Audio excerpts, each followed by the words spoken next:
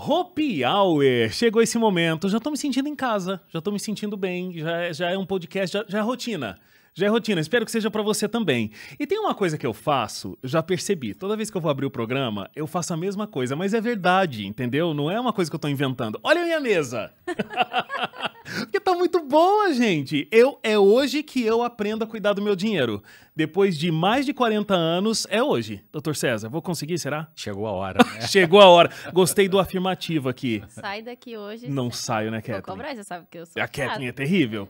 Mas então, olha, Kathleen Brito, diretamente do Saldo Extra. Tô aqui. Aqui pro nosso Happy Hour. De um podcast para outro. De um podcast para outro. Somos canais irmãos, mas agora tá numa super temporada aí do Saldo Extra, onde é o formato podcast e você trouxe umas pessoas fantásticas, né? Gente, eu nem acredito que essas pessoas vieram. Fiquei muito feliz, foi incrível. Você já acompanhava o trabalho de todo mundo? De todo mundo, já conhecia. E agora amigos também e companheiros aí de podcast.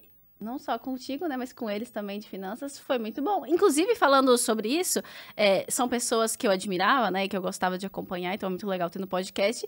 Mas o Wagner, sabia que me deixa mais nervosa do que os outros? Porque o Wagner foi meu professor na faculdade e eu me sinto avaliada, assim, o tempo todo. Já tem anos e anos, mais de uma década que eu me formei. É verdade. E mesmo assim, eu ainda me sinto em avaliação. Aí, isso Wagner, só mostra a minha idade, né, nesse momento. Não era isso que eu queria dizer. Mas, Kathleen, isso tá tão um Wagner lá de 1840 que você sabe que eu nem lembrava mais. Você não lembrava? Não, claro, lembro. Mas assim, eu olho pra você, não tem mais aquilo, entendeu? Tipo, é minha colega de trabalho agora. Não sei, mas pra mim é sempre assim, Wagner e eu, aprendiz, entendeu? E aí, tô me sentindo assim ainda, vamos ver se eu me solto. Vou lembrar, então, eu vou ficar avaliando, deixa eu ver. Ai, não faça isso. Eu já tô me cobrando. Mas assim, então você tá duplamente avaliada hoje, porque toda vez que a gente conversa com um psicólogo, um psiquiatra, você não acha que você está sendo avaliado ali? Totalmente. Mas hoje que eu pensa isso. Tem gente que pergunta, eu tô no ambiente social, ela fecha, ou enfim, uma gravação até por aqui, né, pessoal? Você fica analisando a gente? Não fico analisando. Não é fica o consultório. Mesmo. Não, um pouquinho, o senhor não fala, esse Wagner, eu acho... Na infância dele. Se a gente for ali no fundo... Não? Não. No consultório a gente tem uma atenção, a gente chama de atenção flutuante, é diferente, né? Então aqui eu vou concentrar no que eu acho que eu preciso falar, não no comportamento de vocês e tal. Não, isso tô mais aliviada. Um extra, seria mais acrescentar um estresse, não. Já chega o estresse normal de você ter que pensar, eu ter que pensar no que é o melhor para falar para o público, né? Excelente. Porque assim, ó, o nosso episódio de hoje é: quando o assunto é saúde, há dinheiro que ajude? Título bom, hein? Vamos descobrir. Título bom. Até rimou. Até rimou. Porque assim, a Kathleen tá aqui me ajudando a apresentar o podcast, mas assim, eu não sei se ela vai só apresentar, não. Eu acho que eu vou pegar umas dicas aqui. De vez em quando a Kathleen faz umas postagens no Instagram dela ou no Saldo Extra, eu comento, né? Então, como que eu faço, Kathleen? Já um direct, já chegou também. Chega um direct ali, porque o negócio é feio. Mas aí a gente vai falar também com o Dr. César sobre essas questões assim, né, das emoções, o que leva a gente a não conseguir se organizar financeiramente, o que leva a gente, às vezes, a gastar mais do que a gente poderia realmente, essas questões emocionais. Até que ponto uma coisa está ligada com a outra, né? Ou não, ou é só desorganização, ou é alguma coisa de saúde mental, né? Vai ser excelente. O que vem primeiro, o ovo ou a galinha, né? Exato. Ele gasta muito e fica com doença emocional, ou tem um sofrimento emocional que leva a gastar muito? Tostines vende mais porque é fresquinho ou é fresquinho porque vende mais? Vamos descobrir tudo isso. Mas deixa eu dar um recado para você muito importante. Olha, eu sempre ofereço aqui coisas que estão disponíveis no nosso NT Play, nas nossas plataformas. Já até falei um pouco, Saldo Extra. Então, a gente tem Saldo Extra há muitos anos aqui na Novo Tempo, né? A gente tem desde o canal do Saldo Extra com o pastor Antônio Tostes. E aí tem a Kathleen, que tá nessa temporada nova. O Wesley. Foi um dos convidados, um dos cases, né? Que a gente traz um especialista e alguém que está passando por aquilo, ou gostaria de aprender sobre o assunto, para também comentar e trazer aquela... Não, ali é branco. Que é a vez. Eu já tá com a mesma roupa? Não, é outra. E o Wesley estava contando a história dele, de se gasta ou não gasta. Eu não lembro exatamente o que é esse assunto. Acho que é sobre investimentos, né? Legal. Que ele gostaria de investir e tal. Então, nesse episódio, a gente está conversando sobre isso. Investimentos para iniciantes, que eu acho que é a base, né, para quem tá começando aí, já não tem dívidas e tal, eu gostaria de começar no mundo dos investimentos. Esse episódio é perfeito para quem quer dar aquele primeiro passo. Mas a temporada tá toda muito interessante. Você sabe que a gente tem o canal do YouTube do Saldo Extra, então você que tá acompanhando aqui, a gente vai deixar o link, porque nós dividimos a mesma social aqui, então com certeza ela vai fazer isso. E você tem todo o conteúdo também no NT Play, ntplay.com, tá tudo lá sempre.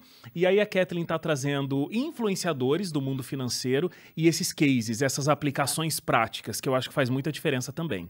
Como foi essa experiência de gravar o podcast em si? Porque a maioria dos episódios é você conversando com alguém, né? É você conversando com a câmera. Isso. E agora entrevistando, você foi também não só dando as dicas, mas apresentando, né? Buscando conhecimento ali junto. É diferente, né?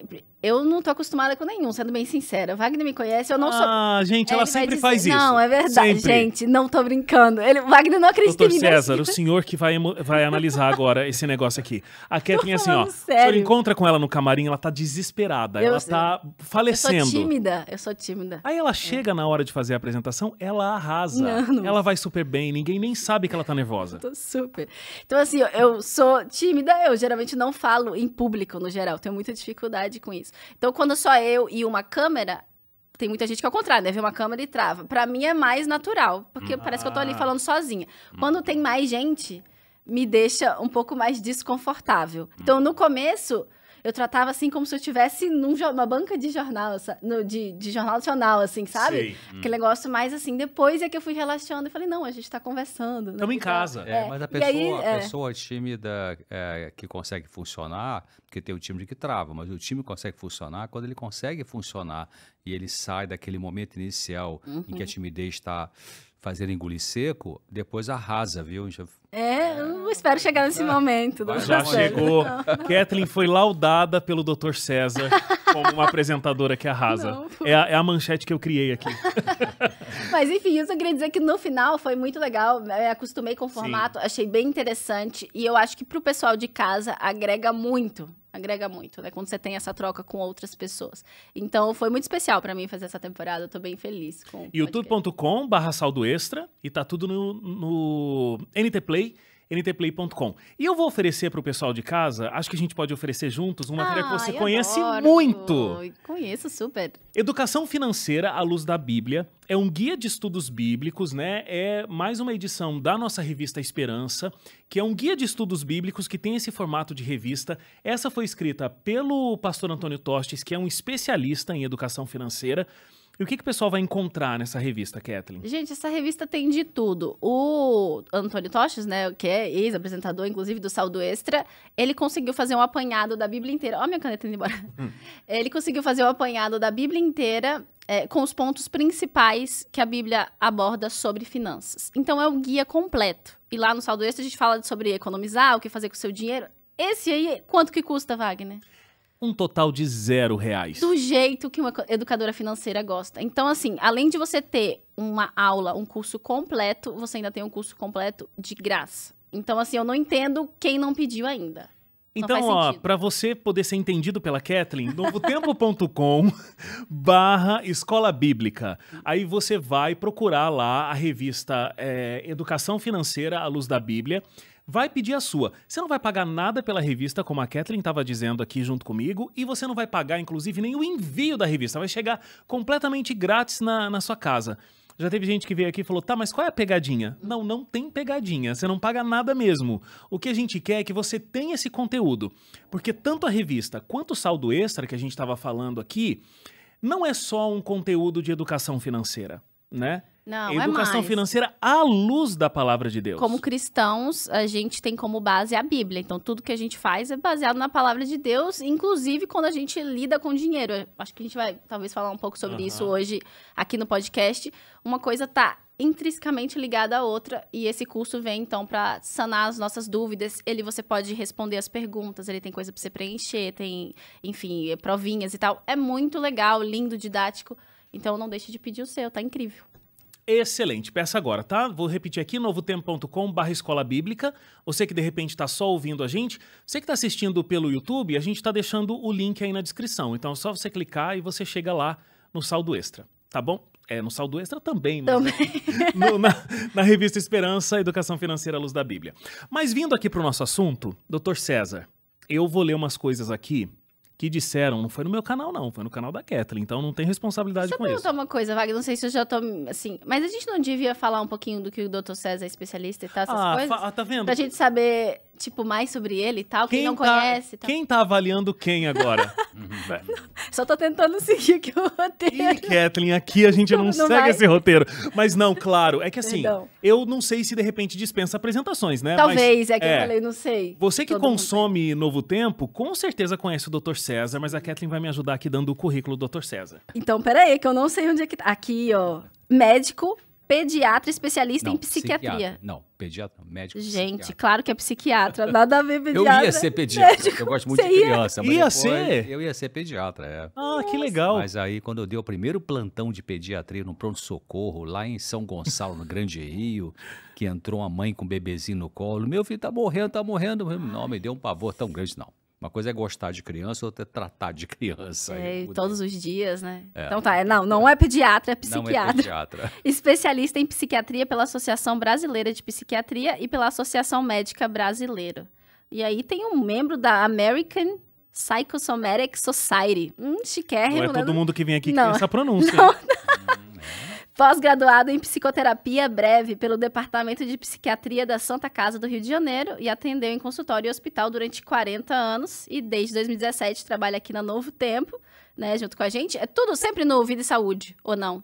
Não, tinha. Teve claramente. Claramente era um programa solo, né, sozinho. Isso. Depois mudou a grade, aí eu migrei para dentro do Vida e Saúde, que aí ficou completinho. Tem um programa na rádio também, toda manhã, tem um programa que chama Equilíbrio, na Rede Rádio Novo Tempo, 8h30 da manhã, um programa curto, 5 minutos, segunda a sexta, 8h30 da manhã, e repete 2 da tarde. É aos domingos, 2 da tarde, na Rede Rádio Novo Tempo. Que legal. Então você tá, web, TV e rádio. Todo mundo Dr. César não, tá pouca coisa não, tá chique. Tá chique. Agora, então eu vou apresentar a Kathleen também. Né? A Kathleen, ela é formada em jornalismo, teve excelentes professores lá no NASP. Incríveis. Ela fez uma especialização em educação e consultoria financeira. Agora, uma coisa que talvez você que acompanha o conteúdo da Kathleen, de repente não saiba. Mas a Kathleen é diretora de programas de televisão aqui na Novo Tempo, na TV. Ela hoje é diretora, será que tá certo aqui? Tá certo. Arena, Evidências e Decifrando el Futuro, que é o Arena em espanhol. Trabalha no Novo Tempo já há 11 anos e apresenta o Saldo Extra há mais de 2 anos. Ficou chato você me apresentar depois do Dr. César, mas tá bom. Vamos deixar... E você foi também missionária no Katmandu, Nepal, não foi? Não, foi em Bangladesh. Bangladesh. Foi, aqui ali do lado do Nepal. A gente já conversou sobre isso. Foi, em Bangladesh, você foi lá. Que legal, né? Um ano lá em Experiência Bangladesh. Maravilhosa, deve ter sido realmente. Foi. Fotos incríveis, que a gente de vez em quando vê um TBT assim, surgindo, né? Foi um ano de muito aprendizado. Mas então voltando aqui para os comentários que a Kathleen recebe no canal dela. Sim, vamos lá. Eu preciso de ajuda, mas estou com vergonha. Eu faço terapia, mas estou sem coragem de me abrir com ele. E também não quero ser julgada. Eu não estou em dívida ainda, mas não posso comprar mais nada. Mas só de pensar em parar de comprar, sinto vontade de comprar. É como cocaína, mas as pessoas não acreditam. Apenas dizem que é irresponsabilidade. Mas é desse jeito. O estresse constante. Não consegue dormir com preocupações com dívidas. É muito difícil sair disso. E quando sai, volta a fazer pior. Infelizmente, estou vivendo assim. Outro, isso é muito sério, um vício. Sabe o que eu digo? Essa vai ser a última compra. E aí, nunca é. E a última aqui. Assistindo a esse programa, eu só consigo chorar. Minha condição é exatamente essa. Não consigo ver uma luz no fim do túnel. Tenho 2 filhas, comprei meu apartamento e estou desempregada. Estou me sentindo o ser humano mais fracassado que existe. A gente poderia ler várias pesquisas que falam sobre a questão emocional e a saúde financeira. Até tem algumas aqui ao longo do programa, né, Kathleen? A gente vai colocando. Mas isso é o puro suco da realidade brasileira, né? Porque as pessoas, elas realmente têm muitos problemas com endividamento. E aí, doutor César, eu vou começar, de repente, com aquilo que o senhor sugeriu no começo. Tostines vende mais porque é fresquinho ou é fresquinho porque vende mais? As pessoas, elas estão mal emocionalmente por conta das dívidas ou é justamente porque elas não estão bem emocionalmente que essas dívidas acabam surgindo?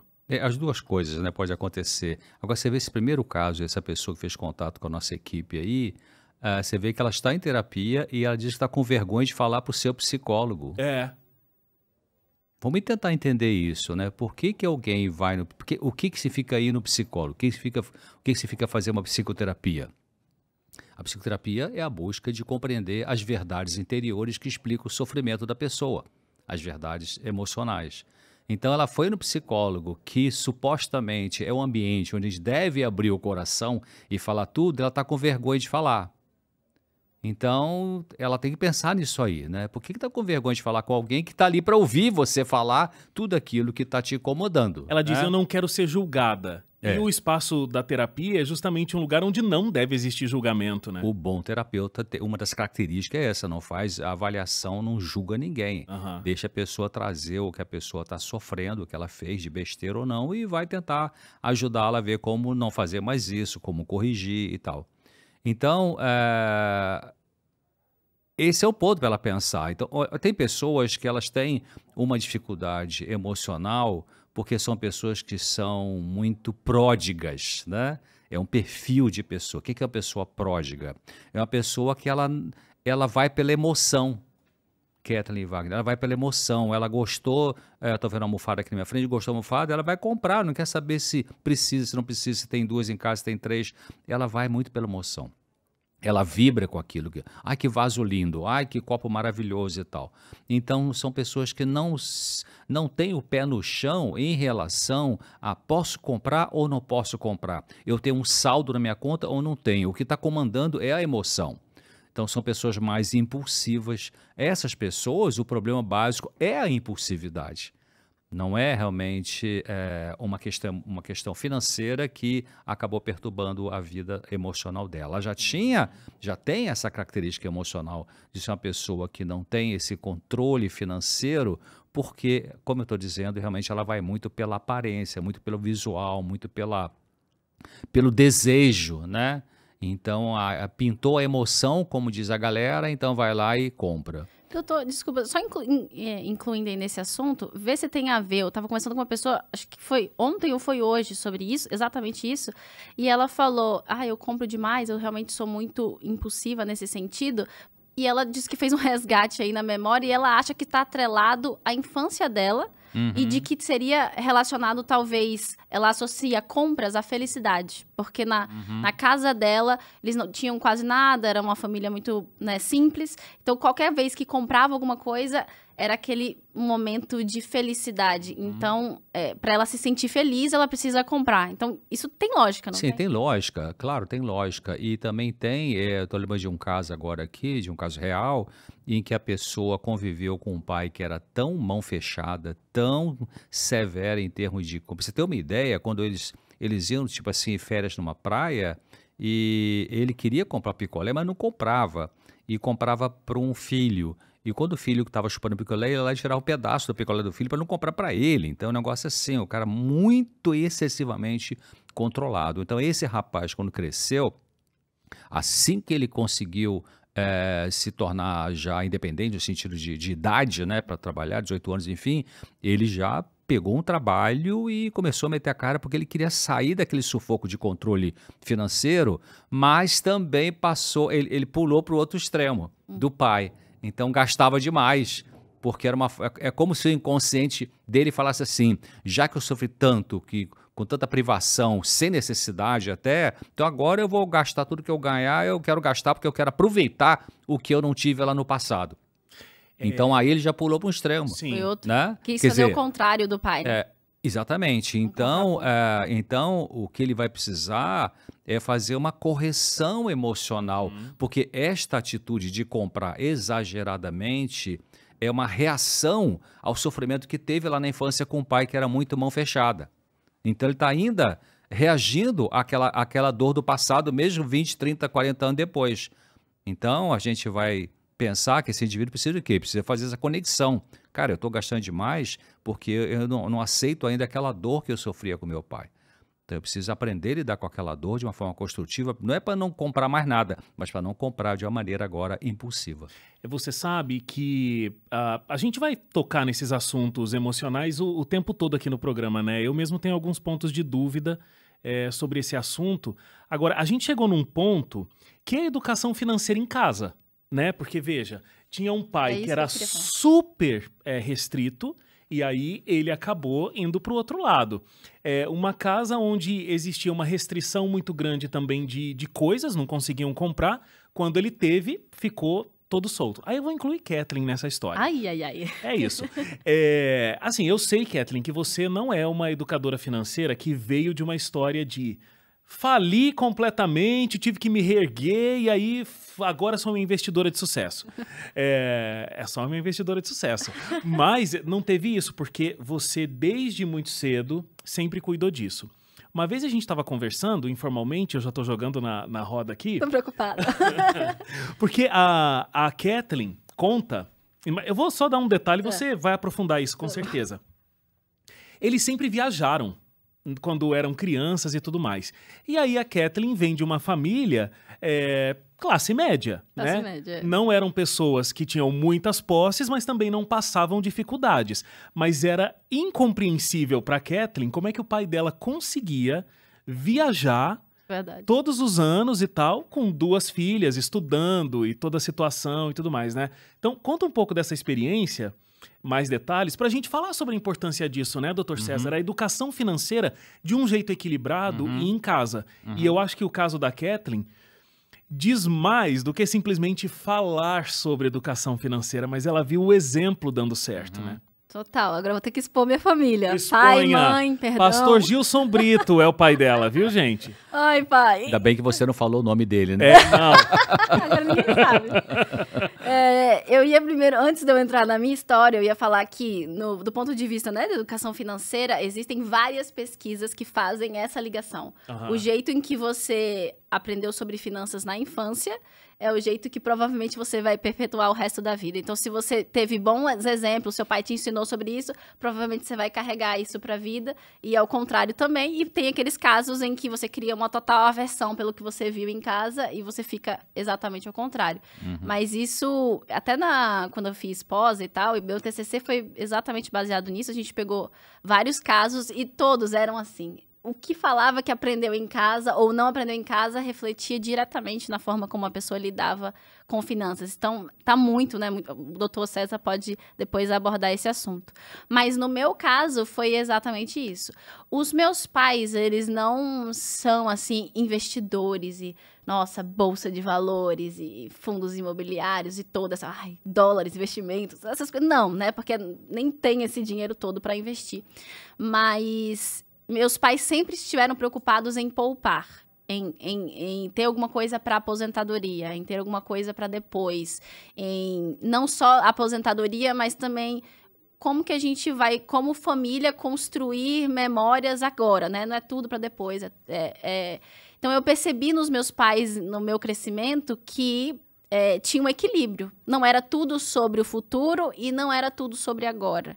E eles nunca me sentaram, nem eu nem minha irmã, e nós duas somos iguaizinhas nesse sentido. Nunca sentaram a gente para falar assim, olha, é aqui que a gente guarda, é aqui que a gente... É desse jeito que faz. Não, só de ver eles fazendo, né? Só de pedir uma coisa para dizer não, porque isso a gente vai comprar um saco de cimento, porque a gente está construindo, porque lá na frente... Quando eu tiver mais velha, essa casa vai ficar para você. Alguma coisa nesse sentido, e a gente foi aprendendo ao longo do tempo. E em relação às viagens, é isso que o Wagner tá comentando. Tipo, não era tudo sobre aposentadoria, sobre o futuro, sobre vamos ter imóveis e tal. Era um pouco também sobre aproveitar a vida agora com o que a gente tem. E, né, o Wagner já expôs aqui, meu pai é pastor, e por ele ser pastor, pelo menos na igreja adventista, a gente tem uma base salarial igual para os pastores, né? Eles não têm flutuação de salário, assim, grande. Então, eu percebia, baseado por outras famílias, de que a gente não estava no padrão normal de outras famílias. Parecia que a gente estava sempre com mais dinheiro, sabe? Parecia que a gente conseguia realizar mais coisas do que outras. Ao ponto de um dia eu chegar pro meu pai e falei, pai, como que a gente consegue fazer isso e outras pessoas não? Tipo, preocupada, achando que meu pai talvez fazendo alguma coisa errada. E aí ele arregalou o olho pra mim e falou, não, minha filha. Aí eu acho que ele entendeu, né? E me sentou e mostrou, ó, a gente tem isso por causa disso, papai investiu assim, desse jeito. E aí eu entendi que foi realmente uma boa estrutura, assim, um planejamento financeiro que ele fez e conseguiu alcançar o que talvez outros no mesmo ali, faixa salarial não conseguiram. Mas eu lembro desse dia como se fosse hoje, ele com o olho desse tamanho, falou, não, o que é isso? Vou te explicar. E aí eu entendi. Justamente por isso, porque na sua família, Exato. seu pai e sua mãe tinham essa estrutura de bom equilíbrio financeiro e outros colegas, talvez pastores, que eu já atendi gente assim, sofrida, né? Com descontrole muito grande, ou de um ou do outro, quer dizer, ou do esposo ou da esposa.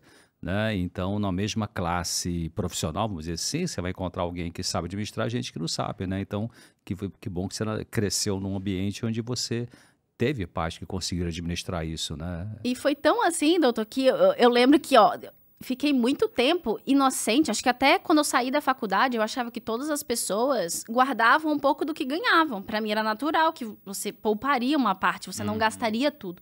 Depois que eu comecei a trabalhar, que eu percebi que não, que tinha gente que não só não poupava, como gastava mais do que ganhava. E todo esse conceito para mim, ó, já depois de formada, foi como se fosse uma coisa assim, não acredito, sabe? Furou uma bolha. 90% de como se comporta o brasileiro, você não sabia que existia. Não sabia, de tanto que eu fui, assim, protegida nesse sentido. Agora, pelos meus pais. Você sabe que também pode ter uma família que tem 2 filhos ou mais. Então, realmente os filhos copiam o papel dos pais, as coisas boas e as coisas ruins. A gente copia tudo, né? A criança não seleciona. Se eu vou pegar o que é bom, pega tudo, vai tudo pela goela dentro. Mas, às vezes, na família que tem 2 filhos ou mais, um filho vai seguir um caminho bem diferente do seu irmãozinho. Seja na questão financeira, seja na questão de como lida com o estresse, seja na resiliência para lidar com a dor emocional, né? Então, ou seja, os mesmos fatores estressores produzem respostas comportamentais diferentes nos filhos diferentes. Por quê? Porque cada filho, mesmo pai, mesma mãe, tem um perfil diferente, tem um temperamento diferente, tem uma maneira de estar inserido na realidade de forma diferente.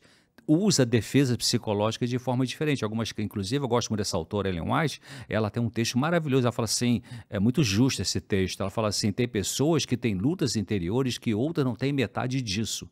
Então tem algumas crianças, as crianças que são mais sensíveis, elas têm mais lutas na vida do que aquelas crianças que são mais safo, vamos dizer assim, né? Sei. E tá tudo bem.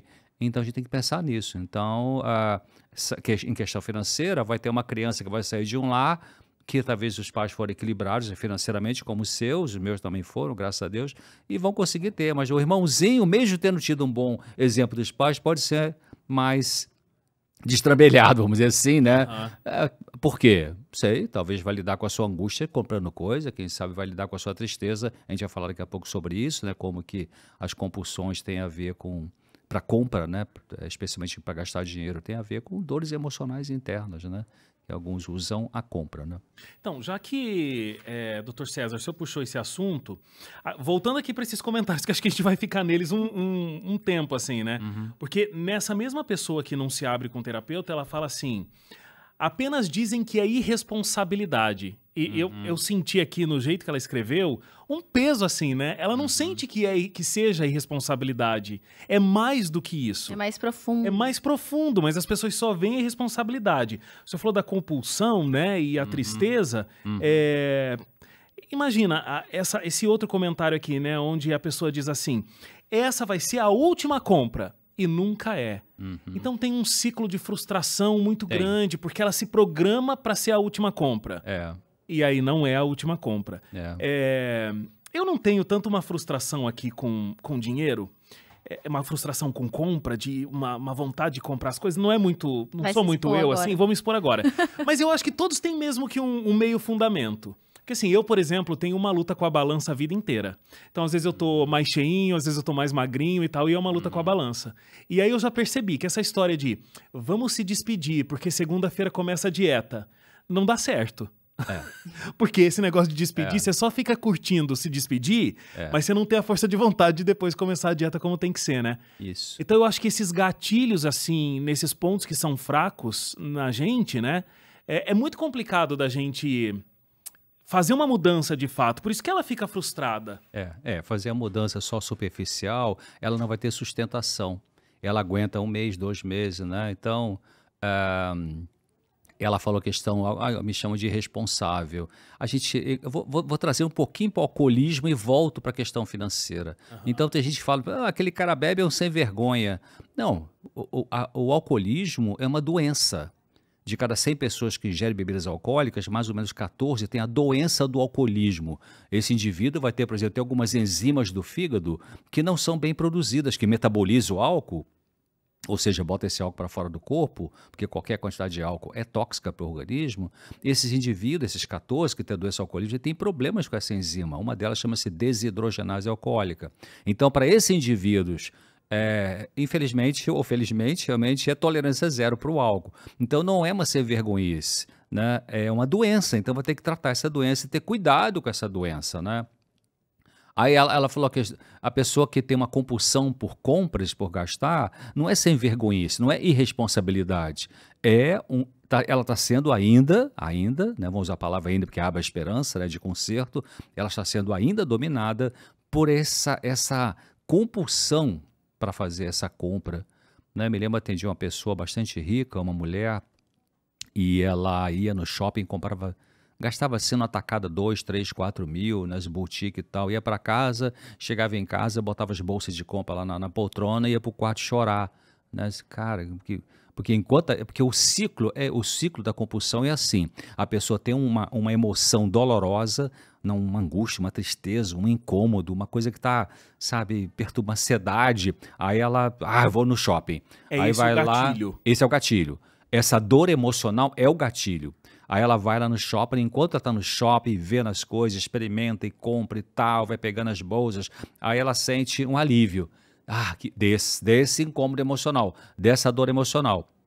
E aí, compra demais, estoura o cartão, e aí, depois do alívio, quer dizer, dor emocional, faz as compras, gasta o dinheiro, sente alívio, depois do alívio vem o remorso. Depois do remorso vem o quê?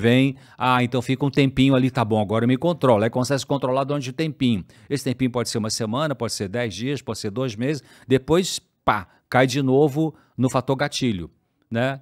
Então, a pergunta principal que ela tem que fazer não é como é que acho que segunda-feira agora eu vou começar a parar de comprar. Não é isso. Que angústia é essa? Que dor emocional é essa? O que me incomoda da minha alma, no meu ser, né, no meu psiquismo, que me empurra? Porque essa pessoa, Kathleen e Wagner, e pessoal de casa, essa pessoa que tem esse sofrimento emocional que empurra para a compra, para gastar o dinheiro excessivamente, outras pessoas, o objeto da compulsão não vai ser a compra, vai ser a cocaína, vai ser a maconha, vai ser o sexo, vai ser a pornografia, vai ser a Coca-Cola, vai ser, sei lá, vai ser a novela, vai ser a pessoa... Porque compulsão, qual a diferença entre obsessão e compulsão, em termos de psicologia, né? Obsessão é aquilo que não sai da cabeça. Obsessão é o pensamento que fica o tempo todo. E compulsão é o ato, é fazer. Obsessão é pensar, compulsão é fazer. Então, toda compulsão, seja pelo que for, maconha, cocaína, compras e tal, ela é uma tentativa de anestesiar, claro que é inconsciente, as emoções dolorosas. Que é quando a pessoa vai lá no shopping, gasta 5 mil reais e na conta lá do seu banco só tem 2 mil, naquela hora foi para o espaço a preocupação do saldo. O que está ali eu preciso de alívio dessa angústia. A maconha, entre aspas, dela foi a compra. Então a resolução é: da onde vem essa angústia? De onde vem essa tristeza? De onde vem esse incômodo emocional? Mas, doutor, tem como a gente descobrir o gatilho por conta própria? Ou só em terapia, só com ajuda? Ou tem como a gente refletir e chegar numa conclusão e quebrar o ciclo por conta própria? Existe isso? Não, é possível sim, porque a pessoa pode começar a pensar. Ela pode começar a pensar assim: poxa, toda vez que chega o aniversário do meu pai, eu saio comprando adoidado. Por que é aniversário do meu pai? Atendi uma vez uma pessoa que ela fala assim: toda vez que chega o final do dia, me dá uma tristeza, me dá uma angústia. E claro, ela estava fazendo terapia comigo, né? Então, a gente foi vasculhando isso na história dela, a gente aprendeu, porque era o dia, era o momento que o pai chegava em casa alcoolizado, quando era menina, vivia vários anos E ali tinha quebra-pau, né? Tinha uma violência, tudo isso. Então, ela resolveu, saiu de casa, casou, tinha um bom marido, 30 anos depois, ainda sentindo esse mal-estar no final do dia. Às vezes a pessoa consegue sozinha, não é que não consegue, né? Ela tem que começar a se perguntar, da onde vem, primeiro perguntar assim, que emoção é essa que me dói? É tristeza? É raiva? É medo? É angústia? É vergonha? É culpa? Tem que dar um nome ao boi, porque dependendo da emoção, a gente vai começar a puxar o fio da meada. É medo? Eu sinto muito medo e quando eu sinto muito medo eu vou para o shopping comprar, né? Bom, medo, e como é que é esse medo? O que vem na cabeça quando pensa esse medo? Aí a pessoa tem que começar a pensar, né? Na verdade, o que vai ajudar as pessoas a melhorar emocionalmente não é a medicação. A medicação tem seu lugar, mas sempre é o número 2, o número 3, né? O primeiro passo é pensar. Por que eu tenho essa dor? De onde vem essa dor? Então, às vezes consegue sozinho, às vezes não consegue, aí uma ajuda. Mas, por exemplo, desculpa, se você encontrou, que é o medo, por exemplo, como que você quebra essa compulsão? Só de você saber essa informação, você já quebraria a compulsão? Como é que você faz agora para realmente se libertar disso? Se você conseguir chegar na raiz do problema sozinho. Sim, a gente vai pensar o seguinte, a mente humana de qualquer ser humano, de qualquer religião, qualquer filosofia, qualquer raça, a mente humana funciona com um tripé. Pensamentos, sentimentos e ação. Tecnicamente é cognição, emoção, né? Afeto e volição. O ato volitivo. O ato volitivo é o ato da vontade, né? Você decide. Então a gente pensa, a gente sente e a gente toma uma decisão. Onde começa? Então a decisão, vamos pegar lá o final da linha, né? Que é a compulsão. Vai lá e gasta uma grana que não tem condições de gastar. Essa é a ponta final. É o fim da linha. Vamos para trás aí. Eu estava com uma emoção que me empurrou para fazer aquelas compras. Mas aquela emoção foi gerada pelo quê? Por pensamentos. Quais pensamentos? Aí a pessoa tem que pensar no pensamento, né? É o que o Augusto Cury fala, venha para trás, saia do palco, senta na plateia, dá uma olhada para você. O que você pensa? A gente tem que pensar no que a gente pensa. Se a gente quer cura emocional, porque a terapia psicológica ela vai ajudar a gente a pensar no que a gente pensa. Então, a gente pode ter pensamentos saudáveis e pensamentos não saudáveis. A gente chama de pensamentos disfuncionais ou pensamentos distorcidos, né? Agora, eu acho muito interessante isso que o Dr. César está explicando, porque assim, né, a Kathleen tem uma prestação de serviço todas as semanas aqui que é fantástica. Então ela dá várias dicas de como a pessoa pode realmente conseguir aprender a administrar os seus recursos financeiros. Porque, infelizmente, no Brasil, assim como em outros países, mas no Brasil isso é muito realmente fraco, não existe uma educação financeira. Nem nas escolas e nem nas famílias, muitas vezes. Então a Kathleen traz dicas práticas, histórias e tudo mais, e tem, olha, um compêndio de coisas aí disponíveis ali no Saldo Extra. Agora, se a pessoa não conseguir trabalhar com as emoções dela, talvez ela vai fazer isso, ela vai tentar um mês, ela vai conseguir organizar as contas dela, daqui a pouco vai embora, né? Coloca o band-aid. Mas ela tá tomando aspirina para dor de cabeça, mas ela não tá indo resolver o que é essa dor de cabeça. Então, eu acho que aqui tem dois pontos extremamente relevantes para a educação financeira. Eu vou colocar... E depois a sequência. Eu vou colocar um terceiro, mas depois. Aí eu puxo essa coisa de novo, porque esse aí é bem complicado. Mas ainda nesse ponto, até do que a Kathleen está falando, da gente se auto-perceber e se é possível. Agora, existem coisas também, né, Dr. César, que estão num nível que é inconsciente. Então, eu vivi situações... Essas situações me fizeram, vamos colocar assim, né? Minha fala aqui. Causou uma cicatriz na minha emoção. Eu nem me lembro que machucado foi esse, mas a cicatriz está lá. Então, às vezes, só de me observar, eu não consigo resolver o problema. Eu preciso de um profissional que me ajude a entender pela minha fala o que me causou essa cicatriz. E talvez aí a cura venha. Né? Às vezes a gente não vai conseguir se perceber sozinho, mas o profissional consegue entender a gente, ajudar a gente a entender e fazer um tratamento mais profundo do que só o band-aid, como disse a Kathleen. É verdade, mas às vezes a vida tem às vezes acontecem alguns eventos na vida que produzem o que a gente chama em análise de insight, clique, né?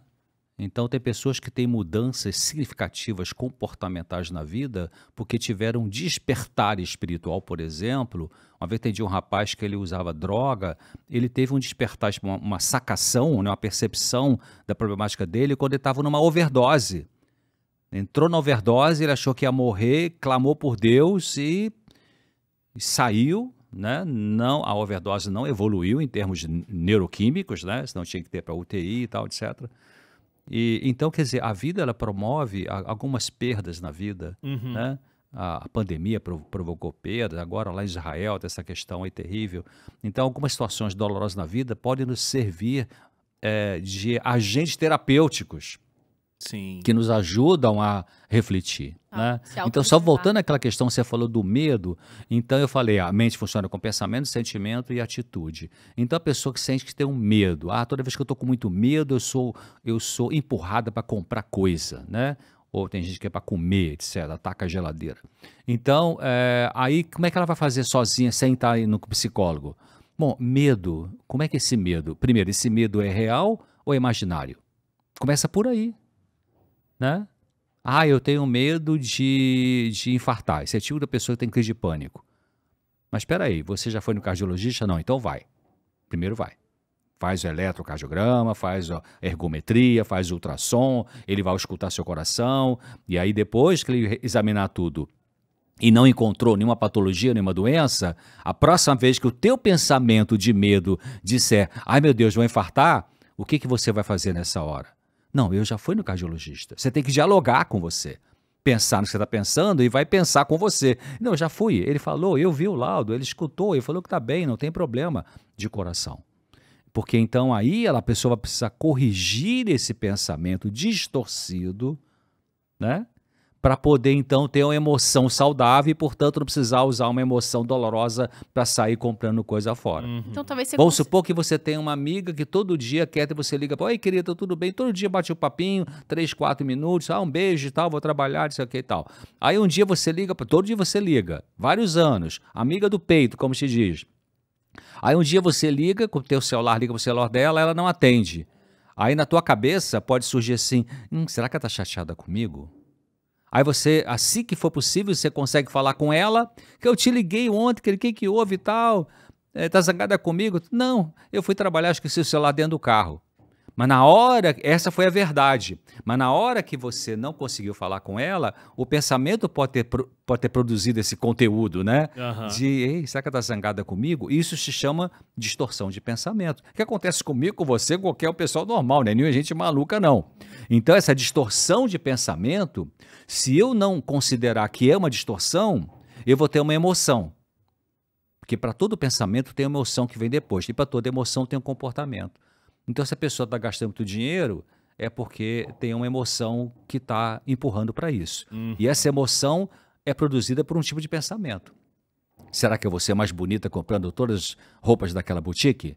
Às vezes é uma carência de afeto. Você aceita, porque eu tenho a roupa dessa marca. Você sabe que o pessoal que trabalha com moda, eu li um livro anos atrás maravilhoso sobre carência afetiva e problemas de dieta. Eles falam assim, eles sabem disso, as pessoas que trabalham com moda e estética, eles tentam vender amor. Não é o creme, não é o vestido, não é a bota, não é o lenço, sei lá o que, a bolsa de mar, é amor. Porque as pessoas, elas tentam fazer uma propaganda que passa para o cliente aquela ideia que se eu tiver aquela bolsa, aquele tênis, eu vou ser amada, vou ser amado. Aí a pessoa vai por amor, né, com essa fantasia, né? Interessante, né? Então, baseado no que você está falando, doutor, eu consigo, então... Claro que tem casos mais graves, como o Wagner está falando, às vezes está muito inconsciente e tal. Mas aquelas pessoas que talvez não é uma coisa assim tão profunda, eu consigo só reorganizar sozinho os meus pensamentos e quebrar um ciclo. Então, é possível, né? Alguns casos sim, alguns casos não, né? Alguns sim, outros não. Eu sou psiquiatra há muitos anos, muitas décadas, mas eu tenho muita tranquilidade de falar assim, algumas pessoas conseguem melhora emocional sem precisar de profissional. Porque Deus vai ajudar essa pessoa. De alguma forma, Deus vai ajudar essa pessoa. né, usando recursos que ele acha que vai usar, um despertar espiritual, uma reflexão em cima de um sermão que está escutando, né, na igreja, ou enfim, uma peregrinação que faz em algum lugar, sei lá, a morte de um amigo, até a perda financeira. Porque tem pessoas que quando vivem algumas perdas, elas entram no chamado luto psicológico, que é normal, né? É o normal, todos nós vivemos um luto psicológico ao experimentarmos uma perda. E nesta perda, nesse luto, tem pessoas que conseguem elaborar essa dor, conseguem parar de pensar por que comigo, Deus, e começa a fazer a outra pergunta que é melhor, mais produtiva, que é o que eu aprendo com isso que está machucando a minha vida. Isso, então, isso é forte, não vale só para o financeiro, né? Mas também, também vale para a vida. Eu separei aqui porque tem um monte de pesquisa que que a produção colocou aqui. Então, a gente falou sobre essa situação do emocional e o financeiro. Tem uma pesquisa pelo Instituto Cactus, é uma entidade filantrópica com foco em saúde mental. A pesquisa mostrou que 6 em cada 10 brasileiros relataram preocupação frequente com a situação financeira. Eu falei que era 90% dos brasileiros que você não conhecia, é só 60%. Ufa. Mas muita gente preocupada. Uma outra coisa que a gente sempre ouve, e eu queria que depois o senhor comentasse um pouco sobre isso também, Dr. César, é uma das principais razões do divórcio. Se eu não me engano, já vi pesquisa de que é a segunda. A primeira é o adultério e a segunda é a questão financeira do casal, né? A gente volta a falar disso. Aí tem um outro relatório, do Mental Health Policy Institute. Tô tentando superar a Kathleen. Vamos. As pessoas super endividadas, elas possuem 3 vezes mais chances de ter problemas graves de saúde mental. 93% das pessoas com a saúde mental abalada gastam mais do que o normal. Aí tá esse vai e vem, né? Do financeiro que ataca a saúde, da saúde que prejudica o financeiro. E 92%, talvez tá aí, os meus 90%, acham mais difícil tomar decisões financeiras do que qualquer outro tipo de decisão. E 74% adiam o pagamento de contas para poder, né, ir vivendo a vida e não vai pagando a conta. Muitos dados, assim, que são altos números, né? Olha, 74% tá fugindo do boleto e o boleto não vai para lugar nenhum, né, Kathleen? Não, vai ter que pagar, não vai ter jeito. Não, os números eu sempre achei muito alarmantes. E como eu falei, eu vivia numa bolha, eu não sabia disso. E eu acho chocante pra mim, é impressionante o quanto a gente tem que tratar isso, tanto da saúde mental, né, de nós brasileiros, quanto da educação financeira, porque eu não sei, eu acho que nós, né, a gente tem às vezes empresas e tal, mas nós como pessoas, nós somos empresas, querendo ou não, a gente tem que administrar a nossa vida, querendo ou não, do mesmo jeito que a gente administra uma empresa, talvez, tem que ter cuidado, e a gente não tem, às vezes a gente tá mais preocupado com a empresa do outro, com o trabalho que a gente tem, e não com a nossa empresa, que é nós mesmos. Eu acho isso triste, né? E por isso que a gente tem que tentar mudar isso de alguma forma. A gente administra o CNPJ, mas não administra o CPF, isso né? Isso é muito triste, Exatamente. É verdade. Tempos atrás ali, só notícia na mídia aí, um segurança de uma empresa se enforcou no trabalho, porque ele foi demitido. Ele tinha família, tinha criança e não tinha... Claro, aquilo ali foi um fator gatilho, né? Não foi realmente o fator causador. Ele devia estar sofrendo já algumas coisas emocionais, mas a demissão do emprego que gerou um problema grave econômico para ele, em função de contas que tinha para pagar, e a esposa não trabalhava, tinha que cuidar das crianças, uma família pobre, né? Classe baixa, enfim, ele não aguentou o tranco e acabou com a vida, né? Então a gente tem que pensar, tem algumas, agora a gente pensa também no marketing, né? O marketing às vezes é cruel, né? Muito. A propaganda às vezes é cruel também, que massacra, né? Eu estava outro dia comentando com meu filho, que trabalha para o departamento de marketing da Universidade de Andrews, e você entra, qualquer página da internet que você entra, começa a pipocar propaganda, sabe? Aquilo me irrita, viu? Assim, eu apago alguma delas assim, para poder ler o texto. Fica ali, propaganda. Eu vou lá no xizinho e apago aquilo ali, né? Aí vem mais 3, né? Aí vem mais 3, né?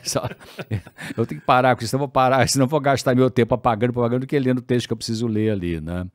Mas, claro, por isso que empresas, anos atrás, não é a minha área de profissão, mas falava que toda empresa boa gastava 30% do seu orçamento em propaganda, né? Algumas mais. Mais do que isso, né? Porque realmente tem um retorno, né? Eu acho muito complicado. Eu falei que a gente tem alguns pontos aqui muito importantes para a saúde financeira. Então, a educação financeira é uma delas. A busca por uma emoção e um pensamento equilibrado, obviamente, é a raiz para isso, né? Mas eu acho que tem uma questão que é muito triste. Porque, assim, a gente vive numa sociedade que é extremamente capitalista. Então, a gente se sente... Principalmente vivendo num país de terceiro mundo, a gente se sente aquele ratinho no laboratório que não consegue sair daquela roda, né? Porque eu trabalho, eu pago as minhas contas e aí não deu metade do mês, eu já... tal. E o que é o meu valor? O quanto eu ganho? O que eu tenho? Porque o marketing me vende isso o tempo todo. Qual é o critério que você usa para medir o seu valor como pessoa? Né? Então, aí, o que a mídia me diz e eu acredito... é que eu preciso ter aquele tênis. Isso. É que eu preciso ter aquela bolsa. Aquele é celular. que eu preciso ter aquele celular. O meu filho precisa estudar naquela escola. Eu preciso ter a minha casa. Ou não, eu vou investir, mas eu vou alugar um casão aqui, não sei o quê. Porque agora tem isso, né? Dos educadores financeiros. Então, eu acho triste também, porque a gente vive uma sociedade que está impulsionando a gente para consumir. A gente não consegue consumir. Aí a gente fica extremamente frustrado. Isso. Quando a gente consome um pouquinho a mais, eu já extrapolei o meu orçamento, porque eu acho lindo esse negócio de, eu não sei direito, porque não sou bom disso, já conversamos, né, Kathleen? Mas tipo, não, é porque eu gasto 60% nas minhas contas fixas, e não sei quanto é para não sei o quê, e 10% ou 20% não sei o quê, eu invisto. Gente, tem gente que não dá. A conta fixa dele vivendo praticamente na linha da miséria... É 100%, né? É 100%.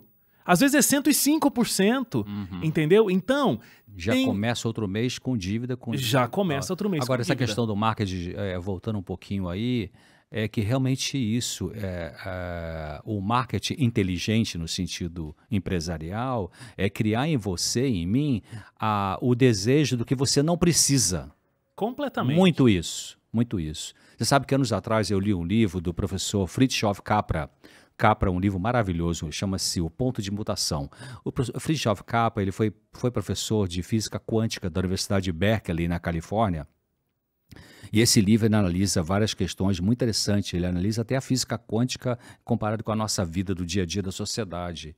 Ele fala assim de que é um livro antigo, mas naquela época já tinha alguns indivíduos que estavam percebendo essa questão da qualidade de vida, estilo de vida, e que estavam partindo para sair de grandes cidades, para cidade um pouco menor, enxugar um pouquinho o seu trabalho, e ele ter um consumo mais frugal, mais simples, né? Ele falava assim, mas eu duvido que a sociedade capitalista vai conseguir crescer nesse caminho saudável de um consumo mais simples de tudo, né, como ele via as leis da física quântica, que são tão bem organizadas, tão bem econômicas, vamos dizer assim, para funcionar bem, né? E é interessante porque realmente, você sabe, tem alguns estudos de alguns países que têm alto índice de suicídio e que um dos fatores que contribui para o suicídio realmente é a inveja, é a questão de o meu vizinho tem o carro do ano e eu não tenho, e tem aquele tênis que eu não tenho, tudo isso vai crescendo em algumas pessoas mais sensíveis a isso, né? A essa questão de comparação, e que elas ficam no desespero porque não conseguem chegar lá que o vizinho consegue, né? Então, é muito importante a gente pensar assim, o nosso valor como pessoa não pode estar atrelado às coisas, né? O quanto você tem no banco, o carro que você tem, se é do ano, se não é, não pode estar atrelado. Mas o mundo capitalista, ele joga isso, vomita o tempo todo em cima da gente, né? Então, nesse sentido, eu gosto de uns aspectos. Você trabalhou em país lá que tem outra religião, budista, né? Islâmico. Islâmico, né? O Islã. Mas anos atrás eu dei uma pesquisadinha em algumas teorias budistas. Eu gostei de uma coisa que eles chamam lá de desapego, né? Então, a gente trabalhar para desapegar das coisas materiais não é ficar uma pessoa medíocre, não é isso, né? Você nunca comprar uma coisa um pouquinho mais cara que é gostosa. Não é isso. mas é sair dessa postura ditatorial capitalística e você só vai ser feliz se tiver o carro 2029 que já estão planejando, né? Vamos dizer assim. Então a gente tem que desmontar isso, né? Você sabe que eu estou aprendendo isso um dia de cada vez. Em 1996, foi 96, 96, eu fui estudar nos Estados Unidos, trabalhei um pouquinho lá e fui lá... Não, foi 2000, eu fui fazer um estágio lá, foi 2005. Isso, 2005, que eu fiquei nos Estados Unidos, 2005, 6 e 7. Eu vim, voltei ao Brasil, fiz lá uns estágios, trabalhei, dei aula, aprendi e tal. Quando eu fui sozinho, tive que ir sozinho por algumas razões, e eu levei, acho que 2 malas, minha mochila e uma mala de mão dentro do avião. E cheguei lá, cara, sobrava coisa. Fiquei numa kitnetzinha dentro da instituição onde eu estive, na Geórgia, fiquei numa kitnet no campus lá daquele local, e eu pensei, cara, como é que você pode viver com muito menos do que você pensa que você pode viver? Isso não é mediocridade, não é, né? É o que o Fritjof Capra fala no livro dele, Pão de Mutação, você enxugar. Então, é uma coisa que ajuda muito as pessoas a não caírem nessa questão do desespero financeiro, é pensar nisso. Por exemplo, você vai numa loja, no shopping, promoção. Aí você vai lá, nossa, a mulher fala para o marido, querido, olha só, essa televisão aqui de 2.700 tá por 1.500 à vista só hoje. Cara, não podia perder essa chance. Aí o marido tem uma cabecinha melhor, ou a mulher que tem a cabecinha melhor, mas vem cá, a gente precisa de televisão? Não precisa, né? Então para que vai comprar? Não é? Parece uma idiotice, mas é uma coisa séria, não é? Não, e aí a pessoa com uma cabeça mais fraca... Eu vou dar uma de Kathleen aqui. Aí ela pega e ela olha pra televisão e fala, promoção de 2.500 tá por 1.500. Aí ela compra no cartão de crédito dela, que vai virar 5.000, porque ela entrou no rotativo e foi uma loucura. Então aquela promoção foi uma completa ilusão, né? E isso porque ela já tinha 2 televisões em casa e era só porque tava em promoção. Não é porque tá em promoção que a gente tem que comprar. É só se tiver já numa lista de coisas que você tá precisando há muito tempo. Vocês estavam falando sobre esse negócio de marketing e tal, eu tava pensando, na realidade, talvez dos mais jovens, ou pelo menos dos da minha idade, hoje nem é tanto televisão, não é tanto você ir no shopping, é no nosso próprio celular. A gente está sendo bombardeado o tempo todo, e os adolescentes, tá, o TikTok.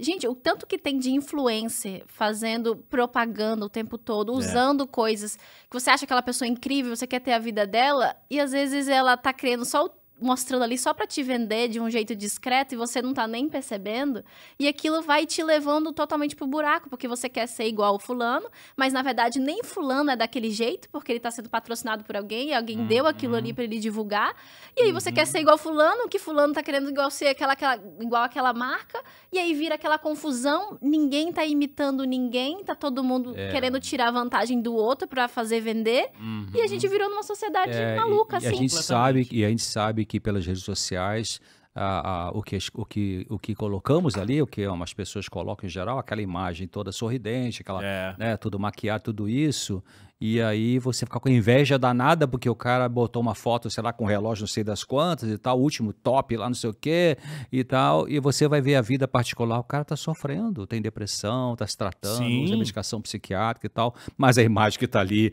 na rede social é uma coisa de 1000 felicidades, né? Todo ser humano tem suas lutas, né? E vamos lembrar que rede social é só um recortezinho da vida. Você só mostra o que você quer. E a gente super pode maquiar, né? Então é importante, assim, uma dica pessoal de casa, né? Quem tá... você falou questão de casamento até, né? Então, os casamentos nessa questão de vida financeira são bem variados também, né? Então você vai ter um casal que os dois conseguem ter um bom equilíbrio financeiro, não são gastadores, Kathleen, né? E Murilo. Os pais ali, né? Acho demais. Não, então, o marido da Kathleen também. Ela conseguiu casar com um cara que é super econômico também. Mas vou falar, agora um depoimento. Ele não era tão assim. Eu senti, aí o Dr. César pode comentar sobre isso, se é uma coisa boa ou ruim, mas quando eu e Murilo a gente casou, Murilo não teve essa coisa em casa, assim, ele mesmo, a gente já conversou sobre isso. Então, ele nunca foi super gastão, ele economizava um pouquinho, mas nem se comparava, assim, comigo. Então, ele é mais impulsivo e mais gastão, assim, entre aspas, do que eu, né? Só que eu acho que eu caminhava já para um lado de segurar demais.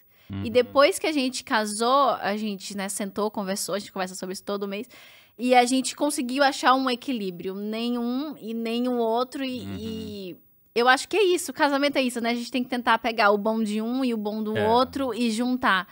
O ruim é quando, do ponto de vista de finanças, os dois não sabem o que estão fazendo. Aí é complicado. Aí complica e talvez precise de ajuda. Ou também tem cada um de um extremo muito grande, né? E aí não consegue entrar num equilíbrio. Também tem isso.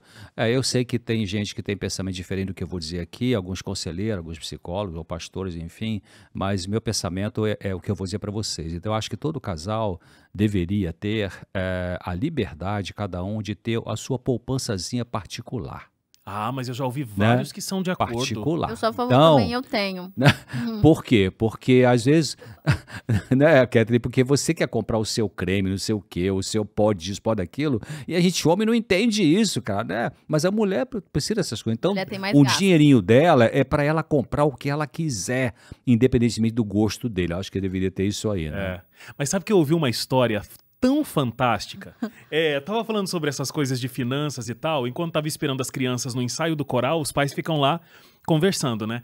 E aí um casal disse o seguinte, ele é super econômico e ela não é mão aberta total, assim, mas perto dele, uma pessoa tranquila. Aí ela ficou com medo, porque eles iam casar, e ela já instituiu isso desde o começo. Amor, vamos fazer o seguinte, ó, tá aqui... Ela estruturou lá a proposta. Você ganha isso, as nossas despesas vão ser mais ou menos por aqui, e nós vamos estipular, ó, X todo mês é seu, X todo mês é meu. A gente não tem que dar satisfação. A gente compra o que a gente quiser e acabou. Aí ele, tudo bem. Aí ela fazia coisas que não eram comuns na família dele. Então, por exemplo, na família dele ninguém dava presente pra ninguém. E ela, todo mês, tinha um presentinho aqui. Aí ela é uma pessoa controlada. O pai ia fazer aniversário. Não, eu quero dar um presente melhor pro meu pai.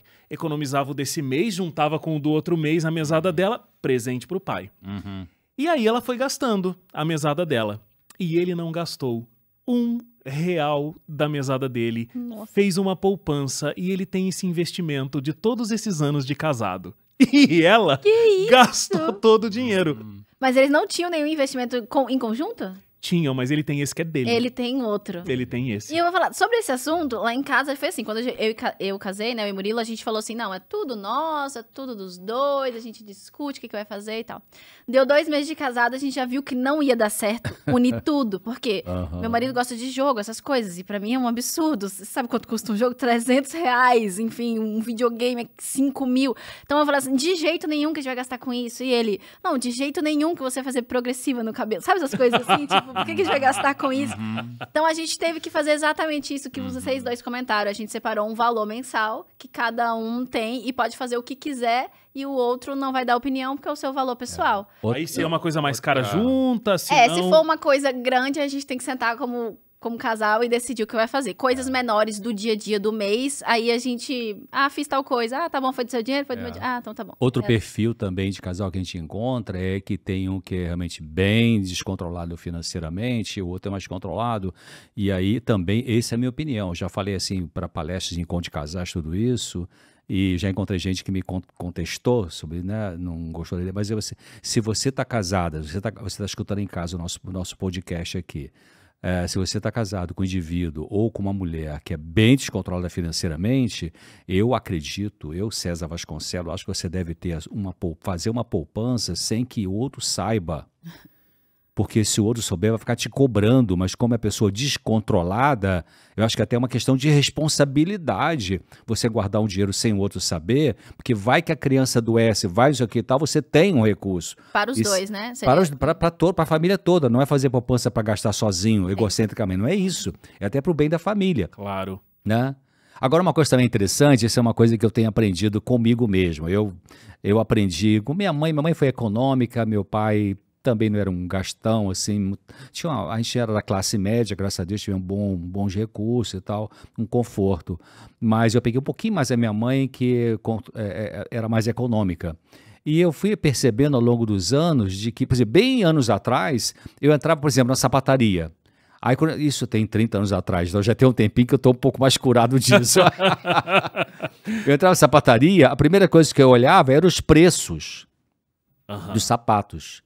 Aí eu falei, César, não faz isso, cara, sabe? Você tem que ter um pouquinho de desejo também, né, e tal.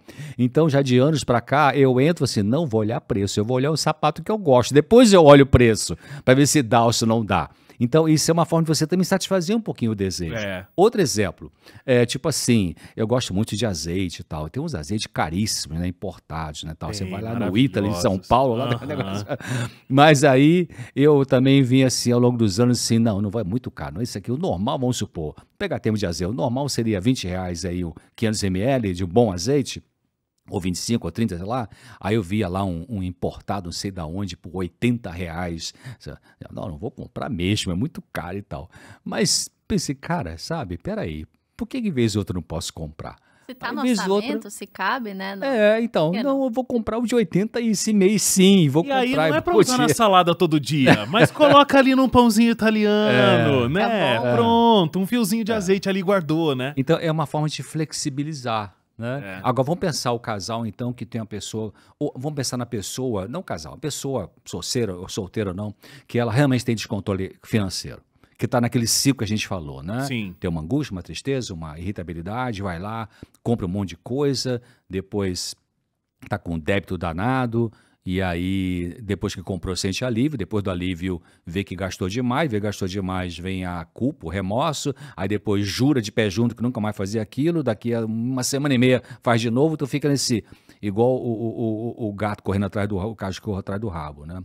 Então, essas pessoas podem ser ajudadas, umas coisas bem práticas, tipo assim, talvez você tenha que cancelar seu cartão de crédito por uns 6 meses, 3, 4 meses, cancela. Sim. Vai no shopping, leva o dinheiro de papel, no dinheiro, né, vivo, e ali na mão, não leva cartão, nem débito, nem crédito. Não peça cartão emprestado pro teu marido, pro teu primo, pro teu irmão, teu tio, né? Não leva talão de cheque. Então, é uma forma de tentar controlar essa compulsão. Porque se a pessoa vai no shopping e ela levou só o dinheiro contado, sei lá, para tomar um lanche e comprar lá, sei lá, uma coisinha lá. Então, ela está se ajudando a administrar essa compulsão. Porque você vai com cartão, né? Mesmo tendo saído de casa e de, não, hoje eu não vou, só vou comprar aquele sapato que eu já sei quanto é que é. E você tem a compulsão, não adianta, cara. Chega lá e compra 2 sapatos, 3 tênis, não sei o quê. Então, ela tem que ser ajudada dessa forma, né? Uma maneira prática de tentar... E eu acho que falando dessa situação de casal ainda, né? A maioria dos casais, eles são formados por um que sabe administrar melhor o dinheiro e outro que não, né? Então, eu acho legal esse que sabe administrar melhor, ele tentar tomar um pouco mais à frente. Agora, eu imagino que né, a situação financeira aí, as crises financeiras são a segunda maior razão dos divórcios. Tem isso, porque são culturas muito diferentes, que aí estão juntas para administrar o dinheiro, né, de jeitos muito diferentes. Mas eu acho que tem muito a coisa que a gente já esbarrou aqui na conversa, de eu olhar para a necessidade do outro e não entender como uma necessidade. E aí, por muitos anos, a gente teve o homem controlando as finanças da casa, né? Esse fenômeno das mulheres serem as grandes blogueiras, as grandes influenciadoras da educação financeira é uma tremenda novidade, realmente, né? Então, os homens é que controlavam isso. E aí, para o universo masculino, a gente conseguir entender esse universo feminino, essas peculiaridades de coisinhas que as mulheres precisam, eu acho que a gente demorou muito como mundo masculino a entender. E é muito importante isso, e não só, Wagner, foi bom você ter levantado isso, não só a questão, a mulher tem umas coisinhas que é coisa de mulher para comprar. Tem uma coisa que eu admiro muito em vocês mulheres, a mulher casada que gosta da família, em geral, ela quer comprar coisa boa para a família. Eu admiro isso também, né? E também as mulheres casadas que têm o filho, têm o marido e tal, e gostam da sua família, eu repito isso, elas às vezes têm uma visão que nós homens não temos, em várias coisas. Pode até ser assim, vamos ampliar aqui o quarto para ficar um pouquinho maior, porque nosso filho está crescendo, precisa de uma escrivaninha e só cabe a cama e tal. Então, ela tem uma visão que o homem, mas besteira, deixa, bota uma beliche aqui e tal. Não, ela tem uma visão. E os homens sábios que aprendem isso, eles acabam escutando essa visão dessa mulher, e lá na frente, mesmo que ele tenha discordado a princípio, lá na frente ele fala assim, poxa, querido, você tinha razão, realmente foi bom ter ampliado o quarto dessa maneira como você pensou. Então, eu estou dizendo, é a mulher que gosta da família, que ama seu esposo, seus filhos. Ela tem uma visão que é diferente da visão masculina. Principalmente nas famílias em que a mulher talvez fique em casa, e aí parece que ela não tem salário, então quem vai comandar tudo é o homem e tal. Mas aí que tá o erro, que muitas vezes essa mulher que sabe o que a casa tá necessitando, né? Como é que vai fazer para não desperdiçar o alimento, que tá ali tentando economizar, que sabe o que quebrou, como é que o filho tá precisando, exatamente o que o doutor tá falando. Então, essas mulheres muitas vezes são negligenciadas, mas são elas que detêm o conhecimento financeiro da casa. E agora que a gente segura se a onda, pra isso, como o Wagner falou. E sabe, eu posso falar de mim, a minha esposa é interessante, ela foi bancária, né? Ela se aposentou, trabalhou, foi bancária a vida inteira, e enfim, trabalhou no Banco do Brasil, se aposentou pelo Banco do Brasil, foi caixa executivo e tudo isso, mas não por isso que ela lidava bem com a parte financeira, até porque alguma vez ela gastava mais, depois ela foi aprendendo e melhorando e tal. Mas uma coisa que eu sempre admirei, até hoje em dia, tipo assim, eu vou pegar um edredom que ela comprou, e sempre ela comprou, assim, cara, eu acho que eu não compraria esse edredom, é tão bom, deve ser tão caro e tal, mas ela comprou aquilo que era bom e tal, né? E dura até hoje. Né? Quer dizer, então essa visão é uma visão que a gente tem que considerar dentro de um casamento, né, Catherine, que o outro tem uma visão que a gente não tem, né? E posso falar mais uma coisa contra os homens? Não sei o que está acontecendo comigo hoje. Tem isso, né, dos homens às vezes não entenderem algumas questões das necessidades femininas mesmo, não entender essas coisas, porque homem vai dar valor pro tipo do edredom que está comprando, pra toalha de banho. Muito homem vai ver a toalha de banho toda rasgada, vai falar, não, ainda dá para usar, tá secando, né? Agora, as coisas que o homem quer comprar, às vezes são muito caras. É exatamente o meu caso. O brinquedinho E às vezes é só pra ele, né? É só pra ele. Tipo assim, querido, eu comprei uma coisa nova pra gente. O que é? O rádio do carro com toca-fios aqui. Mas só ele que usa o carro. O simulador de voo, de não sei o que. Eu falei, não quero saber do simulador de voo. Às vezes é um celular. Homem tem muito uma coisa com tecnologia. Aí é uma coisa que é cara, né? A maioria dos homens gostam muito de investir em carro. Né? Não é meu problema. Carro, pra mim, é um objeto que me leva do ponto A ao ponto B. Então, mas, né, tem muito homem que, assim, não pode nem derrubar um pacote, uma migalha de bolacha e tal. Então, precisa ter todos esses equilíbrios. Já briga com a criança porque caiu uma bolachinha lá no tapete. Meu Deus, fica traumatizada, né, dentro do carro. Então, são coisas que precisam ser equilibradas. Então, não é difícil de entender porque é a segunda maior razão porque um casal se separa, né? Sim, e dentro, acho que de cada família, a gente tá falando assim, generalizando, mas cada casal tem a sua dinâmica e o segredo é você entender o outro te entender e vocês acharem um meio termo que faça sentido pro casal. Não adianta você vir com talvez uma fórmula, mas o que a Kathleen faz, o que o Dr. César, o que o Wagner faz, e eu vou fazer igual e vai dar certo. Não é assim, né? Como a gente está discutindo aqui o tempo todo, nós somos pessoas totalmente diferentes, então tem que ver como é que funciona melhor para sua família. Eu percebo que, de forma geral, se você separa... Isso aqui já é minha opinião, né? Sobre isso, não é, assim, uma regra da educação financeira nem nada. Se você separa tudo, você vai pagar isso, eu vou pagar isso, é quase que um colega de casa, sabe? Não é mais um casamento. Então, tem casos extremos em que, né, vai separar se você não fizer essa separação de bens, né, vai dar em divórcio. Aí, ok, né, é um caso extremo que você tentou tudo e não deu. Mas, no geral, tentar juntar as finanças da família, porque, né, vocês são uma família. E aí, claro, vocês podem ter uma parte de individualidade aí dentro do casamento em que cada um faz o que quer, né? É o coisa cara do homem, as coisinhas da mulher, enfim, tem a dinâmica da família. No meu ponto de vista, do que eu vejo até agora, e aí eu acho que, pelo que eu entendi, vocês concordam também, de que é isso. Você pode separar, mas você também precisa juntar um pouco dessas finanças. Sim. E tentar escutar o outro, porque não tem jeito, casamento é isso, é uma duplinha, só vai pra frente quando os dois forem, né? Eu acho que, embora isso que você tá dizendo, né, não seja uma regra, mas eu acho que um princípio básico... Eu ouço muito o pastor Toninho, né, falando sobre esse assunto, quando ele fala sobre finanças. E às vezes ele faz uma... né, a gente trabalha junto, eu vejo ele falando uma coisa ou outra. É muito importante que todo mundo que mora na casa tendo salário ou não, porque se tá ali na casa, pode não ter um salário, mas tem gastos. Exatamente. E esteja conectado ali nessa conversa mensal. Entenda, né? Porque tem famílias em que os filhos não sabem nem quanto os pais ganham, nem nada. Ok, talvez você não vai falar valores exatos, né? Mas eles precisam ter noção da condição financeira da família. Às vezes você acha que a sua família tem uma condição financeira super alta e na verdade não é.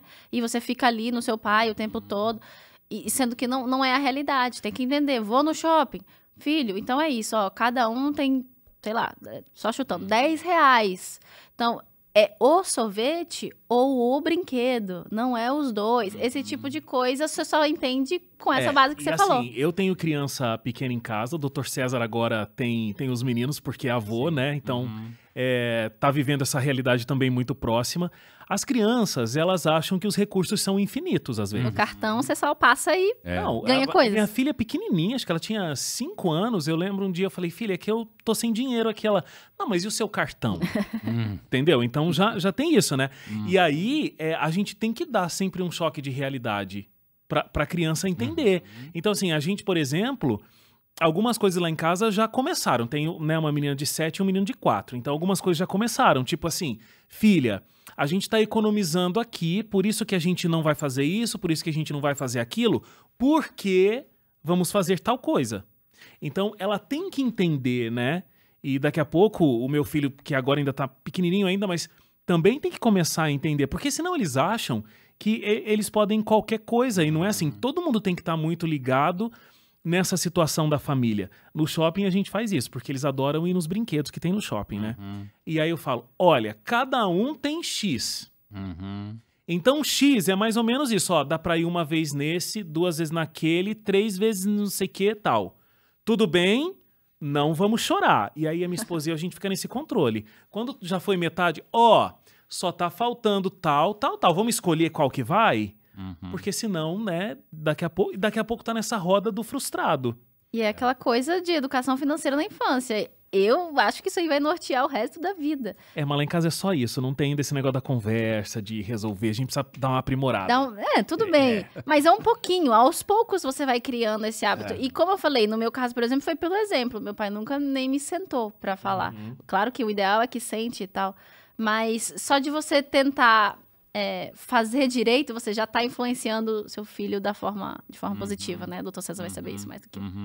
É isso mesmo. Eu me lembro que minha mãe, ela ensinou muito pelo exemplo. Ela era uma pessoa simples. Meu pai tinha condições, era um comerciante bem sucedido na cidade, mas a gente vivia numa boa casa, enfim. E quando eu passei na faculdade, meu pai já me deu um carro e tal.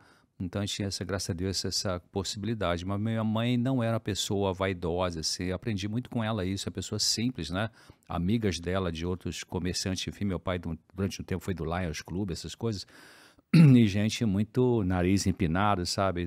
Sempre com roupa de boutique, tudo isso, e cabeleireiro e tal, gastava uma... Minha mãe é uma pessoa simples, então isso foi bom para mim. Eu aprendi, né? Aprendi com esse exemplo prático dela. Ela não era miserável, pelo contrário, ela tinha um monte de afilhado lá, um monte de gente comendo lá em casa todo dia, mas aprendi esse exemplo aí. Uma coisa importante os pais pensarem de que as crianças não se tornam felizes quando a gente dá tudo o que elas querem. As crianças não se tornam mais felizes quando a gente dá tudo o que elas querem. Então, faz parte da realidade, realmente, como você falou, né, Wagner? Ó, vamos aqui no joguinho, ó, vai ter 7 joguinhos para cada um, tá? E é bom relembrar, quando faltar 3 só, né? Vai chorar mesmo depois, né? Quando for com meu netinho e tal assim. Chora, mas Dr. só mais um. Não, vovô combinou, foi só isso aqui, né? Tá bom. E acaba aceitando. Então, a nossa, eu acho assim, que a colocação de limites feita com amor e com firmeza, resolve. Eu ouvi uma frase da Darleide quando a gente fazia caravana, e aí eles continuam fazendo caravana, eu que não vou mais. Mas aí a Darleide falou em algumas assim, as clínicas estão cheias de crianças que estão cheias de brinquedo, que estão cheias de coisas, mas o que elas não têm? O tempo de qualidade com os pais. Então, às vezes, você dá tudo, não vai significar que o teu filho vai estar feliz, que o teu filho vai estar crescendo pleno. A gente tem muito medo de frustrar. E, na verdade, a vida vai frustrar depois, né? Não vai ter jeito. Tudo tem um limite, né? É verdade, Então, a gente tem que ter essa tranquilidade de colocação de limite para as crianças, porque realmente elas vão aprender. Vai chorar, vai reclamar um pouquinho ali, mas aprende, né? Se a gente tiver paz interior e a mão firme ali. O amor tem que ser firme nesse sentido, né? De colocar o limite e deixar a criança viver a frustração dela também, né? Tá, não tem nenhum problema da criança vai no fliperama desse aí, não sei se chama fliperama, né? Vai no joguinho lá no shopping, não tem nenhum problema dela reclamar que ela queria, já foi em 7 brinquedinhos, mas queria mais em 7, né? E se fosse mais 7, tinha que pedir mais 7 ainda. Isso é o normal de uma criança. Então, a gente também tem que ter essa paciência, né? De deixar reclamar, só não pode ficar fazendo pirraça, arrastar no chão, né? Mas deixa reclamar um pouquinho. Eu queria mais, isso aqui. Não, mas acabou. Faz parte, agora, né? Papai combinou, mamãe combinou e tal. Tá bom. Agora, deixa eu tirar uma coisa do nada aqui. Porque assim, Kathleen, uma coisa muito comum no saldo extra, e a gente comentou aqui, é a presença de você sempre fazer uma aplicação bíblica. E eu acho muito interessante, essa é uma tradição do programa, desde sempre. E embora você não seja uma pastora, mas você, né... Filha só. Você cresceu com a Bíblia, né, muito próxima de você, e eu acho muito interessante que você sempre consegue incluir textos bíblicos e conselhos, assim, que a Bíblia traz, que, nossa, tem tudo a ver com finanças. Eu acho interessante isso, né? Tem algum, assim, que você lembre, que foi uma aplicação que você fez e você acha que realmente esse versículo faz muito sentido quando a gente fala sobre educação financeira? O que tá vindo na minha mente agora, inclusive, até você tocando nesse assunto, o saldo extra, ele me ensina muito. Principalmente nesse quesito. Porque como sempre a gente aborda a Bíblia junto, às vezes eu sei um conceito de finanças e eu sei que a Bíblia fala, mas eu nunca tinha juntado os dois dessa forma. E isso, o saldo extra te dá essa oportunidade. De juntar e de fazer essas conexões que eu não fazia antes. Então, realmente, eu tenho aprendido muito. E o que mais fica na minha mente, o que vem à minha mente agora, é o conceito geral que a gente chama, não sei se é só na igreja adventista ou todo no mundo cristão, que é o de mordomia cristã. Que aí as pessoas acham que tem a ver com mordomia, ficar de boa, né, na praia. Não é isso. Mordomia cristã vem de você ser um mordomo. Que mordomo? Mordomo de Deus, no sentido de que Deus é o criador de tudo, e nós somos os administradores. Então, nós estamos aqui nessa terra para quê? Para trabalhar para Deus, basicamente. Ele é o dono e a gente é o gerente, digamos assim, da terra. E se a gente parar para pensar nesse conceito, a gente vai entender que nada é nosso, que é tudo de Deus, né? E se é tudo de Deus, isso requer de nós, em todos os aspectos da vida, inclusive nas finanças, renúncia. Né? Porque não é sobre mim, é sobre o que Deus quer. O dinheiro é para eu administrar, para eu ter uma vida feliz e equilibrada com a minha família? Mas é também para eu servir a Deus, é para eu servir o próximo. E esse conceito, quando a gente entende, quando eu entendi isso e cada vez aprofundo mais nisso por conta também do saldo extra, aí acho que é mais profundo ainda, a gente entra lá na saúde mental, de entender o nosso propósito de vida, né, a nossa cosmovisão. Então eu não tô lembrando agora de um verso, mas esse conceito é um negócio muito forte para mim. Vários versos. Isso, e que tá não só nas finanças, mas em tudo, como a gente cuida do nosso tempo, enfim, da nossa família.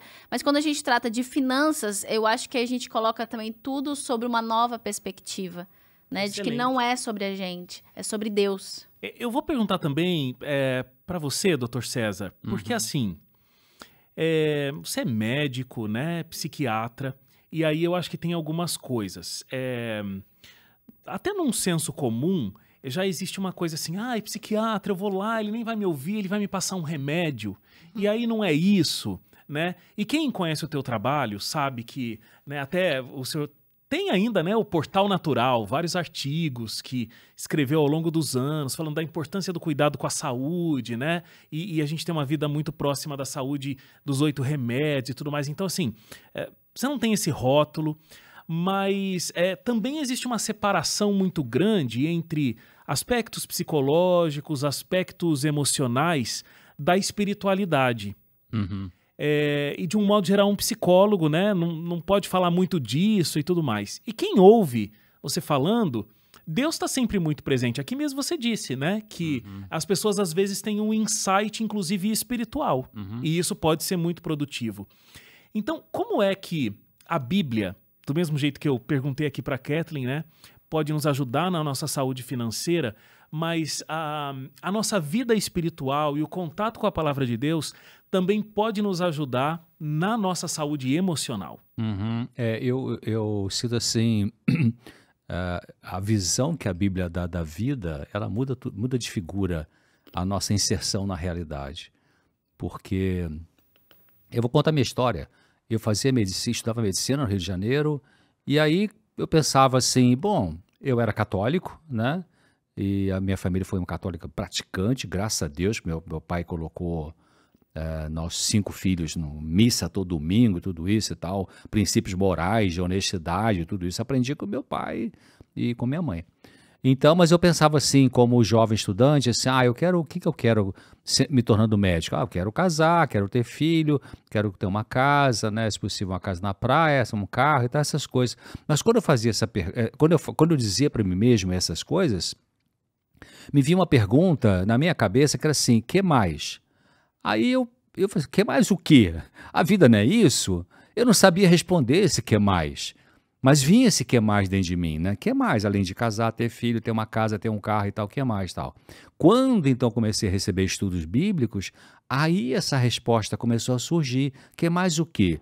É porque realmente essa vida aqui, ela é temporária. A Bíblia mostra isso. É uma vida passageira, uma vida temporária. Nós estamos num teste, nós estamos numa passagem, né? Até que Jesus volte e aí vai consertar todas as coisas. Então mudou muito a minha visão, né? Então comecei a entender, que é mais o quê? Que é mais é a relação com Deus. É essa que vai preencher tudo, além do filho, da esposa, do casamento, de carro e tal. Mas nada vai preencher, a não ser nessa visão da temporalidade dessa vida, do momento do fato de ser passageiro, e aí tem um sentido para essa vida. Então, quando a Bíblia me trouxe um sentido para a vida que fez sentido, né? Vou usar uma redundância aqui. E também, quando o estudo bíblico foi me mostrando como que realmente, como o Kathleen falou, que nós somos mordomos de Deus, nós somos aqui para administrar as coisas que Deus nos permite chegar à nossa vida. E eu me lembro que um dos milagres que Jesus fez foi aquela multiplicação dos pães e peixes. E o que ele mandou o pessoal fazer depois que o pessoal comeu? Reunir o que sobrou, botar no cesto, para depois ser usado para alguém que precisava. Interessante, olha que lição de economia, né? Não de esbanjamento, né? Às vezes a gente pode até na obra, enfim, esbanjar um monte de gasto, né, e tal, e joga fora e tal. Então Jesus ensinou isso. Isso não é ser mesquinho nem medíocre, é ter bom senso, né? Vai ter alguém que vai precisar daquilo que você não mais precisa. Então essa é uma lição assim também interessante que a Bíblia mostra pra gente, né, sobre como lidar com a vida do dia a dia na parte financeira, né? Doutor, você estava pensando aqui, se a gente falou tanto de ciclo vicioso, né, e quebrar e tal, teve algum personagem bíblico em que isso aconteceu e talvez quebrou algum ciclo vicioso, tinha algum problema, talvez, de ordem emocional e que mudou? Isso. Há vários, né? Teve Elias, que teve a depressão, depois ele saiu da depressão. Teve Davi, que fez um monte de besteira. Inclusive tem pessoas que pregam, tá vendo, Davi era o homem segundo o coração de Deus, mas ele adulterou e tal. Essa autora, Ellen White, ela fala assim, ele era o homem segundo o coração de Deus depois que ele se arrependeu das besteiras que ele fez. Então, ele teve uma mudança de vida, assim, né? Paulo, você vê Paulo, né? O cara era um cri-cri, era um cara muito exigente, muito severo com ele mesmo e com as pessoas, né? A gente nunca é severo só com as pessoas, a gente é com a gente também, né? Jesus muito severo. Então ele teve uma flexibilização operada pelo Espírito de Deus, né? Quando ele teve aquele encontro com Jesus na estrada de Damasco, né? Eu acho incrível, né, como a Bíblia, ela meio que responde tudo, todas as nossas conversas, tudo que a gente vai comentando aqui. Tem uma resposta ali nos exemplos, né? Tem o exemplo, tem os caminhos, tudo, né, de finanças, de saúde emocional, tudo que a gente quiser, a Bíblia vai nortear, né? E aqui também, você sabe, a mentalidade que Jesus tinha quando ele viveu aqui, e que ele tem sempre, mas ele tinha uma mentalidade assim, sabe quando... tem algumas lojas ou mercados que o funcionário usa uma jaqueta e atrás está escrito como é que eu posso te ajudar, né? Eu vi lá no Walmart americano, how can I help you? Quer dizer, como é que eu posso te ajudar? Então, a mentalidade que Jesus tinha quando vivia aqui como é que eu posso te ajudar? Ele encontrava com alguém e já estava na cabeça dele, como é que eu posso ajudar essa pessoa? Uhum. Então, essa é uma outra forma de estar inserido na realidade. Porque se eu aprendo com Jesus Cristo a ter essa mentalidade de como é que eu posso ajudar a aliviar o sofrimento do meu irmão, esse meu irmão pode ser o lixeiro, o varredor da rua, pode ser o dono da padaria, pode ser, né, o ser humano, se eu cultivar essa mentalidade, como que eu posso te ajudar, provavelmente eu vou ter mais cuidado financeiro. Porque quando eu for gastar meu dinheiro, eu vou pensar assim, será que eu estou gastando com uma coisa que realmente não vai prejudicar alguém, né, da minha família, ou enfim, né? Então, é uma mentalidade de você estar na vida pensando como é que eu posso ser usado por Deus para ajudar a aliviar o sofrimento das pessoas, e isso faz com que, como é que eu vou usar meu dinheiro, né? De repente eu vou tirar um pouquinho do meu dinheiro e vou mandar para aquele projeto da ADRA ali, que vai aliviar o sofrimento desse povo ali e tal, né? Interessante. Uma coisa particular que eu faço para tentar aliviar o sofrimento das pessoas, que é uma coisa bem simples também, uma das coisas que Deus me ensinou, eu tenho feito, tenho aprendido assim. Eu vou separando o lixo reciclável na minha casa. Eu tenho uma sacolinha separada de lixo reciclável. E lá onde eu fico aqui, pertinho no sítiozinho ali, tem um dia da semana que passa o caminhão do lixo reciclável. Às vezes não dá tempo de botar naquele dia, mas eu boto, mas pelo menos eu penso assim, o catador de lixo que vai lá, quando encontrar essa sacola aqui, ele vai fazer festa, né? Porque tá tudo aqui só reciclável, não tem que separar lixo nenhum, né? É uma forma de você também lidar com a parte financeira, né? Enfim, pensar no outro, né? E no planeta ainda. E no planeta. Exatamente. Assim, a gente tem que terminar, né? Eu adorei esse episódio desse podcast. Kathleen, eu falei isso no ar ou só fora do ar? Kathleen confessou pra mim... Ai, meu pai, que confessei. Que já ouviu todos os episódios até aqui desse fora podcast. Do ar. Escutei todos? Todos. Esse eu acho que eu não vou escutar, porque eu tenho dificuldade de me ouvir, mas os outros... Não, eu, pra falar a verdade, não ouvi nem assisti nenhum. Por quê? Porque eu já participei de todos, né? Então, Você já escutou. Já escutei. Então, te perdoo de não ouvir esse, mas eu adorei esse, não foi bom? Eu gostei muito. O Dr. César Dr. César, né? Não tem... Ó, concurso. Vou conversar com vocês. Você sabe que sempre quando tem... Por isso que quando eu participo lá com a Teru na quarta-feira, que é o Saúde Mental, eu falo com o pessoal da produção. Gente, vamos tentar chamar alguém, porque mais pessoas pensando junto é melhor, né? Mais cabelo do que uma só, né? Faz um desse de educação financeira lá, vai ser bacana. Tenho vergonha. Mas você ouviu, né? Tem uma vergonha, é tímida, daqui a pouco supera e vai embora, né? Então já sabemos. Pra ir lá ajudar a gente. Vamos lá. Mas tem presente, antes da gente ir embora, a nossa tão sonhada pela audiência. A nossa sacolinha do Hope Hour. Tem presentinhos aí dentro, mas a sacola é muito legal também para vocês usarem. A nossa eco bag do Hope Hour. Também estamos ajudando o planeta aí, Dr. César. Adorei. Já pode ir no mercado com a sacolinha para pôr a sacola, né? Já pode. Obrigada, gente. Vamos dar as nossas redes sociais aqui antes da gente ir embora? Então tem Saldo Extra, @Saldo Extra no Instagram e também o YouTube, onde tem todas essas dicas financeiras. Isso, no NT Play. No NT Play, mas você quer dar o seu Instagram também? Meu Instagram pessoal só tem viagens e meu marido, meu cachorro, que é Kathleen Brito. Mas se você quer finanças, é Saldo Extra. Ou você vai lá, você vê todas as viagens que a Kathleen faz, você fala, cara, eu vou lá no Saldo Extra, porque eu preciso aprender a economizar para fazer essas viagens que ela faz. Eu devia ter um podcast só sobre viagens. Eu acho! Amo este assunto. Eu acho. Quem sabe um dia. Vamos conversar sobre como eu posso conseguir ter férias como você, Kathleen, um dia? Vamos conversar. Aí você tem que trabalhar muito. Eu quero. Então vamos lá. Quero. Dr. César, tem também as suas redes onde tem bastante conteúdo sobre saúde e principalmente saúde das nossas emoções, né? Sim, então é drcesar.com, né? Tudo junto, tudo minúsculo, por extenso. O site. O site. No drcesar.com, D-O-U-T-O-R, César com S no final, não é com Z. doutorcesar.com, toda semana, hoje é terça? Hoje é quinta. Hoje é quinta, então. Hoje é quinta. Então, eu geralmente toda semana eu escrevo e um artigo novo, uma página e meia, texto. Agora, no YouTube, o meu canal, youtube.com/claramentent. Então, toda semana ali tem 2 ou 3 vídeos novos. E tem meu livro, né? Da CPB, Consultório Psicológico, aquela câmera ali, né? Pode mostrar, estamos vendo. Psicológico, na cpb.com.br, né? Que legal. Não, aquela estava melhor, doutor César. Essa aqui, né? Isso. Essa tá melhor. Então, esse livro aqui, ele é pergunta e resposta sobre saúde mental, tá? Compra direto na CPB, tem um 0800 de graça deles lá. Esse aqui é... o segundo livro que a CPB publicou, o meu, é esse aqui, Saúde Total. A cura que você precisa do jeito que Deus prescreve. Então, eu falo de princípios naturais de saúde, incluindo a saúde mental. E fizeram agora também a CPB um e-book desse aqui, tá? Que legal. Esse é o primeiro livro que eu publiquei por conta própria, não tem mais em papel, mas no meu site doutorcesar.com tem como fazer o download. E anos depois eu peguei esse livro, fui no estúdio profissional, fui lendo esse livro e comentando esse livro e virou o meu primeiro audiolivro, Casamento que é Isso, Comentado. Muito cheio. MP3. Muito, gente. Né?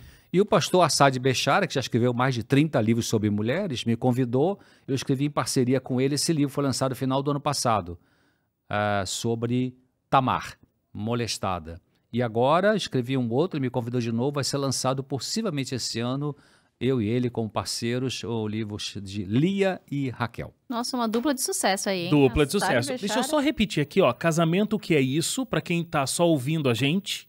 Então esse é o do Dr. César que você consegue baixar no site e virou o audiobook, Casamento que é Isso. Onde que consegue esse audiobook, Dr. César? O meu filho tá colocando lá disponível no doutorcesar.com. Tá lá no site também. doutorcesar.com. Entra lá, participa da comunidade, claramente tem como acessar. Aí, saúde total, a cura que você precisa, do jeito que Deus prescreve, e o livro da CPB, que é o Consultório Psicológico. Respostas profissionais oferecendo orientação sobre angústia e depressão, problemas de relacionamento e muito mais. Isso. Excelente. Obrigado, gente. Foi um prazer enorme estar aqui com vocês. Voltem, os dois. E você vai no meu podcast? Uma hora? Pra Só ser meu case? Um case. Uma derrota para ver se a gente faz dar certo. Sem drama, Wagner. Vamos lá. Obrigado, gente. Obrigado mesmo. Obrigado a você que ficou com a gente mais uma vez e até agora. A gente volta na semana que vem para esse nosso Hope Hour, onde a gente aprende tanto, se diverte, conversa muito abertamente aqui. Tô esperando você. Até lá. Tchau, tchau. Tchau, tchau.